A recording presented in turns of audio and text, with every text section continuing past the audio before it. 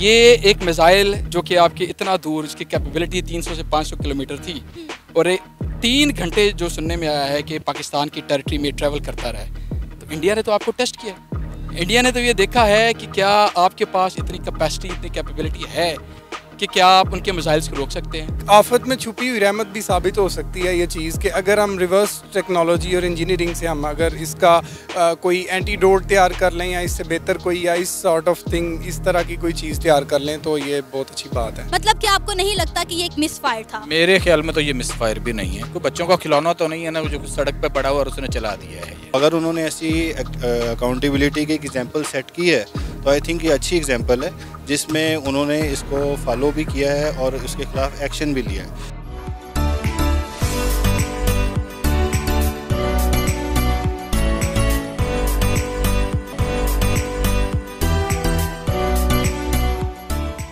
अस्सलाम वालेकुम, नमस्ते, सत श्री अकाल। मैं हूं सनाम जद। नाज़रीन, 9 मार्च 2022 को पाकिस्तान पर एक ब्राह्मोस मिसाइल इंडिया की जानिब से मिस फायर किया गया था। एक्सीडेंटली ये मिसाइल जो है इंडिया से मिस फायर हो गया था, जो कि पाकिस्तान के इलाके मियां चन्नू में जाकर गिरा, जिससे कोई जानी और माली नुकसान तो नहीं हुआ था। लेकिन इंडिया ने ये फैसला किया था कि जो इंडियन एयरफोर्स के ऑफिसर उस वक्त ड्यूटी पर मौजूद थे जब ये मिसाइल मिस फायर हुआ और पाकिस्तान में जाकर गिरा, उन्हें नौकरी से निकाल दिया जाएगा, उन्हें फायर कर दिया जाएगा। 3 ऑफिसर्स को जो है नौकरी से निकाल दिया गया है। इंडिया ने एक एग्जाम्पल सेट कर दी है ये एक्शन लेकर। इसी पर बात करेंगे पाकिस्तान की आवाम से, तो आइए चलिए हमारे साथ।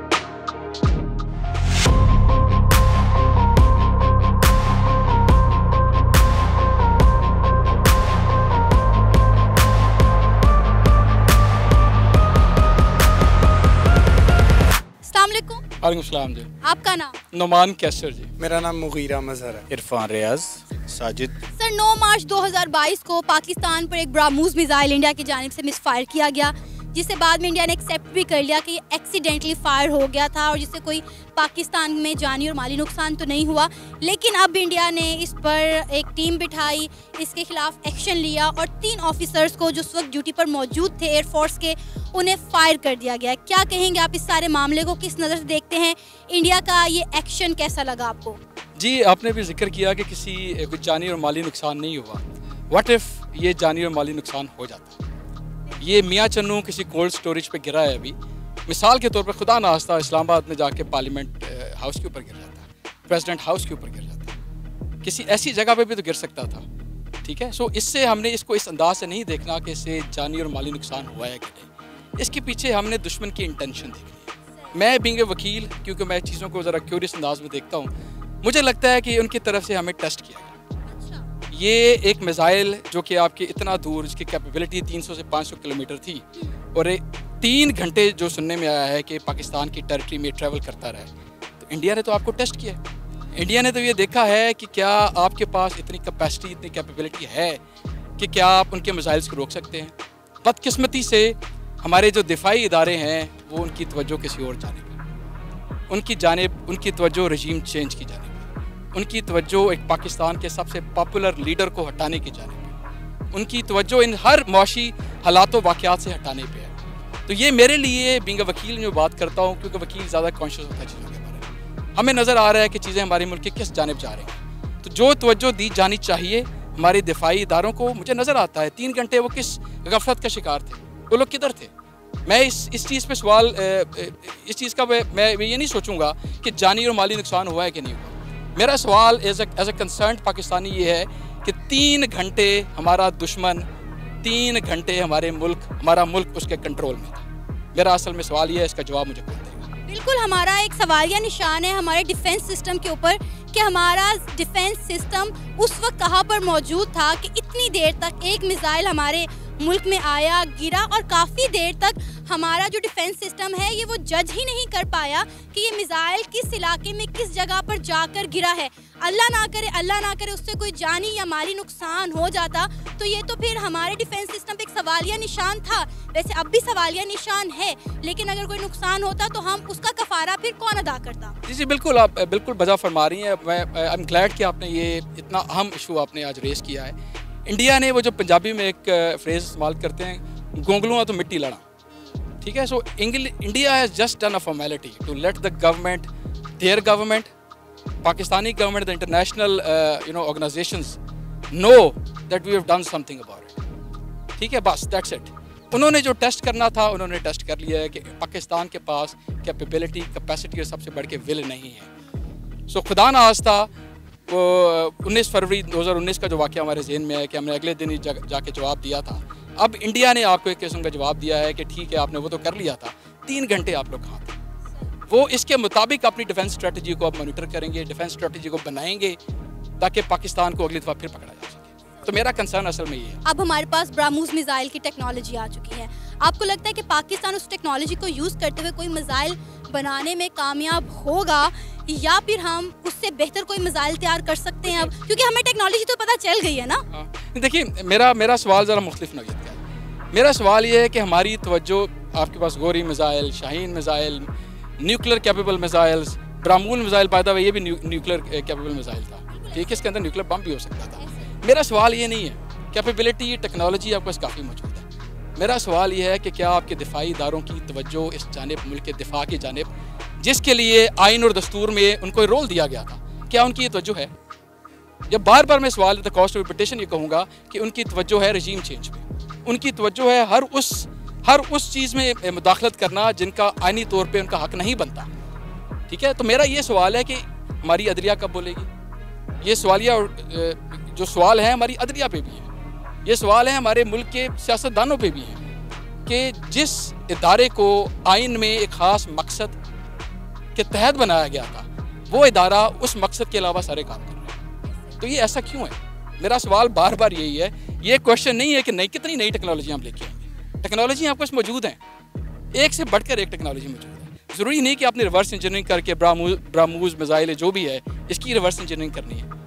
ठीक है, तो मेरा असल में सवाल उसी जगह बुनियादी तौर पर मौजूद है। सर, आपको याद होगा 9 मार्च 2022 को इंडिया की जानिब से पाकिस्तान पर एक ब्राह्मूस मिसाइल फायर किया गया था, जो कि मिस फायर था, जिसे बाद में इंडिया ने एक्सेप्ट भी कर लिया कि एक्सीडेंटली ये हो गया।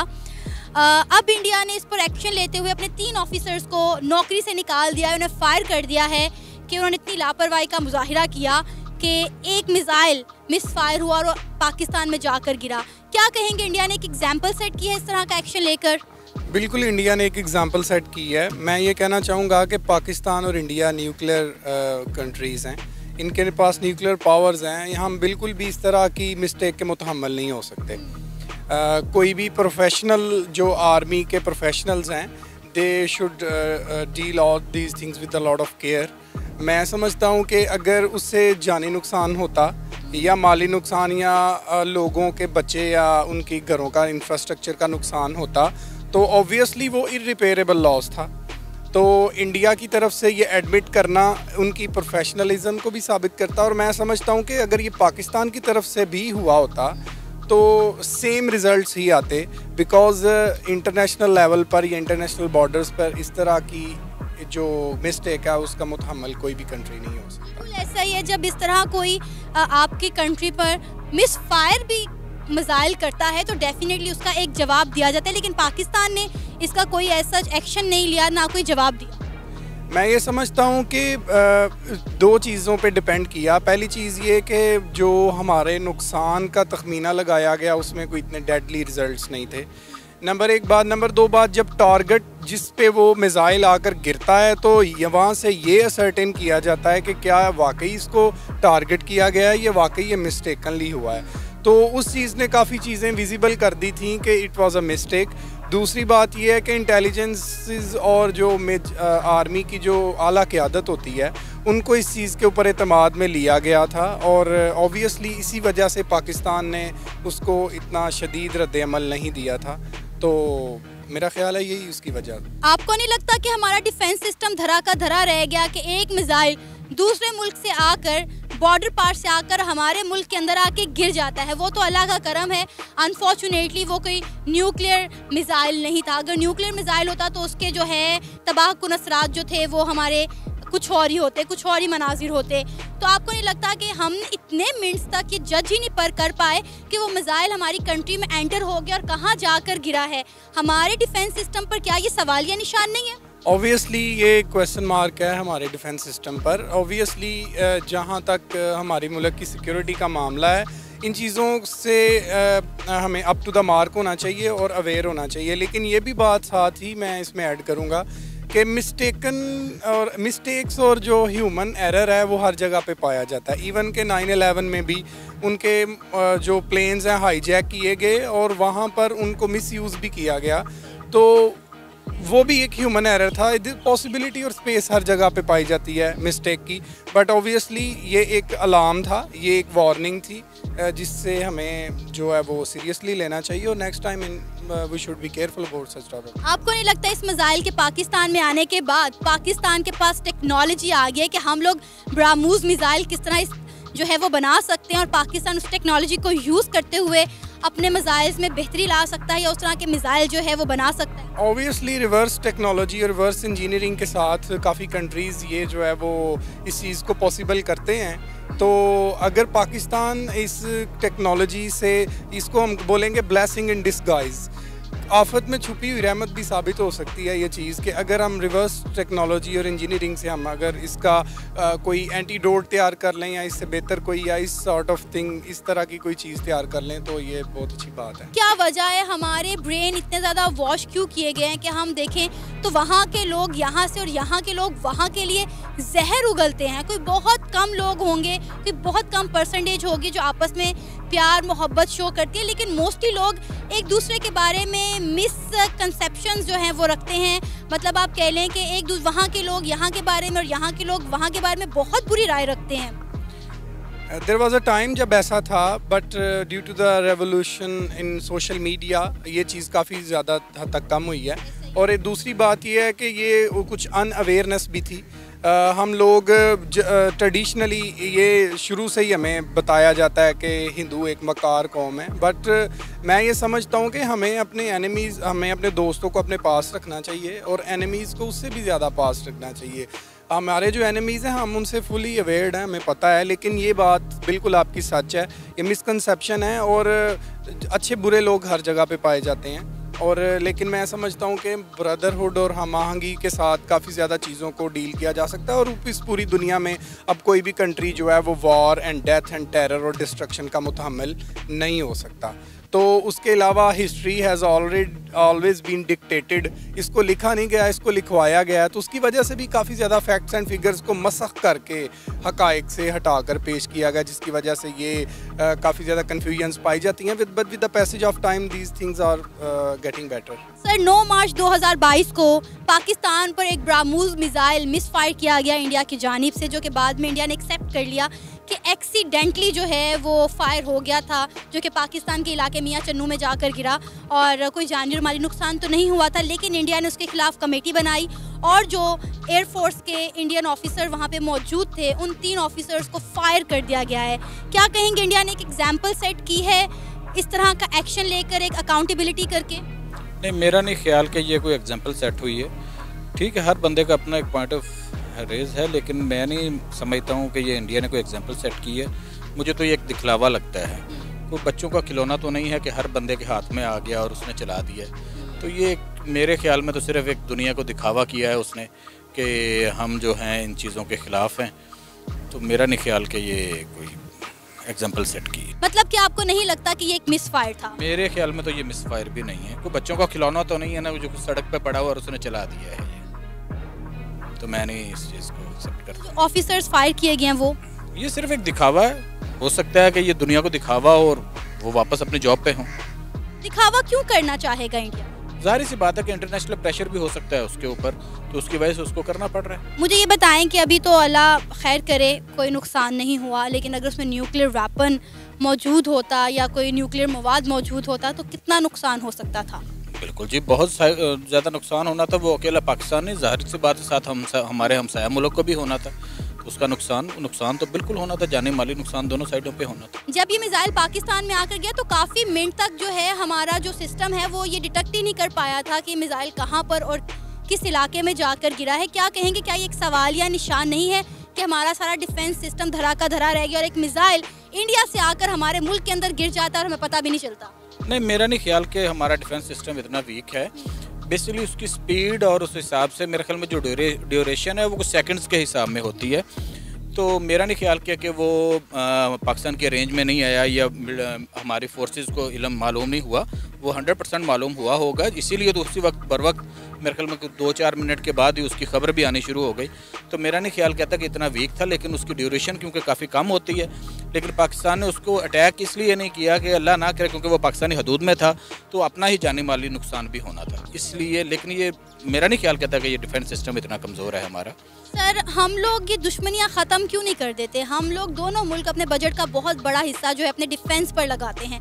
अगर ये दुश्मनी, ये बॉर्डर पर इतनी बड़ी बड़ी फौजें जो हम तैनात करते हैं, ये अगर ख़त्म ही हो जाएं तो आपको नहीं लगता कि दोनों मुल्कों के लिए फ़ायदा होगा? हम लोग वही पैसे कहीं और इन्वेस्ट कर सकते हैं। बिल्कुल ऐसा हमें सोचना चाहिए और बिल्कुल पिछले दिनों इसके ऊपर काम भी हुआ, लेकिन हमारी जो अफवाज हैं वो ज़ाहिर सी बात है कि उनका पेशा वराना सलाहियत ही ये है जंग और हर वक्त ग्राउंड पे रहना इसी काम के लिए। तो मेरा ख्याल कहता है कि वो कोई सोचता नहीं है, लेकिन दुनिया अक़वाम मुत्तहिदा को सोचना चाहिए इन मुल्कों में जो भी मसले मसाइल हैं। जैसे हमारा जो इशू है कश्मीर है, तो कश्मीर के इशू को सॉल्व कर दिया जाए तो मेरा ख्याल कहता है कि जंग का पर्पज़ ही ख़त्म हो जाएगा। एज अ पाकिस्तानी आप इंडिया को, इंडियंस को किस नज़र से देखते हैं? आई थिंक हम भी उनको एज ह्यूमन तो हमारे लिए वो भी एक जैसे बराबर हैं, लेकिन हमारी सोच और हमारा मज़हब को थोड़ा सा फ़र्क होने की वजह से, इसकी वजह से हमारे थोड़ा से इख्तलाफात उनके साथ हैं। एज अ पाकिस्तानी सिटीज़न क्या आपको भी लगता है कि इंडिया हमारा दुश्मन मुल्क है? यस, बिल्कुल दुश्मन मुल्क है। क्या वजह, हमने ये सोच अपने दिमाग में क्यों पाल रखी है, यहाँ की अवाम ने भी और वहाँ की अवाम ने? सबसे बड़ी वजह जो है वो मज़हब है। मज़हब हमारा जो है वो हमें इस चीज़ की इजाज़त नहीं देता है, क्योंकि हम तो कहते हैं कि जहाद जहाद और जहाद। दुश्मन मुल्क है और ख़ास तौर पे वो हैं भी हिंदुइज़्म, तो उस वजह से मैं तो इस चीज़ पे बिलीव करता हूँ कि जहाद जहाद और जहाद। सर, बहुत सारे ऐसे कंट्रीज़ हैं जहाँ पर मुख्तलिफ मज़ाहिब के लोग एक साथ यूनिटी में रहते हैं, तो हम ये क्यों नहीं कर सकते? हम यूनिटी में क्यों नहीं रह सकते? लॉ, हमारा लॉ जो है वो इस तरह का है, वहाँ पे लॉज इस तरह के हैं कि कोई एक दूसरे को छेड़छाड़ करता है तो एक ही जैसी सज़ाएं। हमारे यहाँ गरीब के लिए कुछ है, अमीर के लिए कुछ है, इसलिए कुछ भी इसके ऊपर अमल दरामद नहीं होता। सर, 9 मार्च 2022 को पाकिस्तान पर एक ब्राह्मोस मिसाइल इंडिया की जानिब से मिसफायर किया गया था, जो कि बाद में इंडिया ने कहा कि एक्सीडेंटली हो गया, उससे कोई जानी माली नुकसान तो नहीं हुआ। लेकिन इंडिया ने अपने 3 ऑफिसर्स को जो है फायर कर दिया है, नौकरी से परमानेंट तौर पर निकाल दिया है। क्या कहेंगे कि इंडिया ने एक एग्जाम्पल सेट की है इस तरह का एक्शन लेकर? एग्जाम्पल तो सेट की है, लेकिन इस तरह के वाक़यात होने नहीं चाहिए। ये बिल्कुल पाकिस्तान की सॉवरेंटी पे एक अटैक था।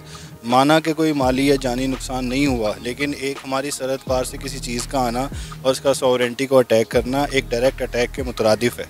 और लास्ट न्यूज़ के मुताबिक तो वो इसको एक्सेप्ट कर भी चुके हैं कल की न्यूज़ में। तो अगर उन्होंने ऐसी अकाउंटेबिलिटी की एग्जांपल सेट की है तो आई थिंक ये अच्छी एग्जांपल है, जिसमें उन्होंने इसको फॉलो भी किया है और इसके ख़िलाफ़ एक्शन भी लिया है। अगर यही अकाउंटेबिलिटी हर मुआशरे में हो, पाकिस्तान में भी हो, बाकी कंट्रीज़ में भी हो, कोई भी गलती के ख़िलाफ़, तो उससे मुआशरा भी बेहतर जाएगा और उस मुल्क का जो डिफेंस सिस्टम है वो भी बेहतर जाएगा। ब्राह्मोस मिसाइल क्योंकि अब पाकिस्तान के पास आ चुका हुआ है, डेफिनेटली उसके अंदर कोई ऐसा मवाद तो मौजूद नहीं था जिससे नुकसान हो, लेकिन पाकिस्तान के पास एक टेक्नोलॉजी आ गई है कि हम उस टेक्नोलॉजी पर काम करके और मज़ीद जो है अपने मिसाइल और डिफेंस सिस्टम के लिए जो है हथियार तैयार कर सकते हैं। जी जी, बिल्कुल कर सकते हैं। ऑलरेडी हमारे पास उससे अच्छी क्वालिटी के मिसाइल ऑलरेडी अवेलेबल हैं, बल्कि हमें दुश्मन की ऐसी गलतियों और कोताहियों से सीखना चाहिए। दुश्मन अगर कोई गलत चाल चलता है तो उससे बेहतर है हम उससे लर्निंग लें और बाद में उसको आइंदा कोई भी ऐसा कदम उठाने से उसको रेजिस्ट करें। वो इंडियंस जो इस वक्त आपको देख रहे हैं, आप उन्हें क्या पैगाम देना चाहेंगे? इंडियंस को तो मैं यही कहूँगा कि वो जितनी मर्ज़ी कोशिश कर लें पाकिस्तान को बर्बाद करने की या ख़त्म करने की।